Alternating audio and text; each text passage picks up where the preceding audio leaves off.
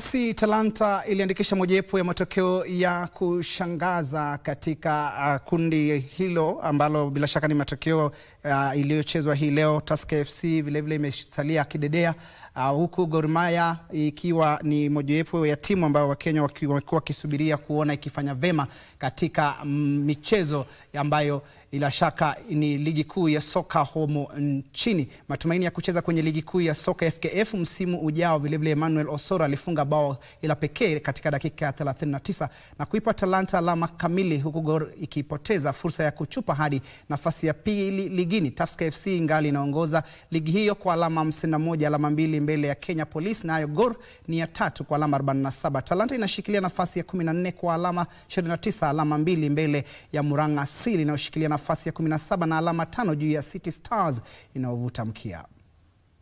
Gusa mpaka kwenye nyavu zile.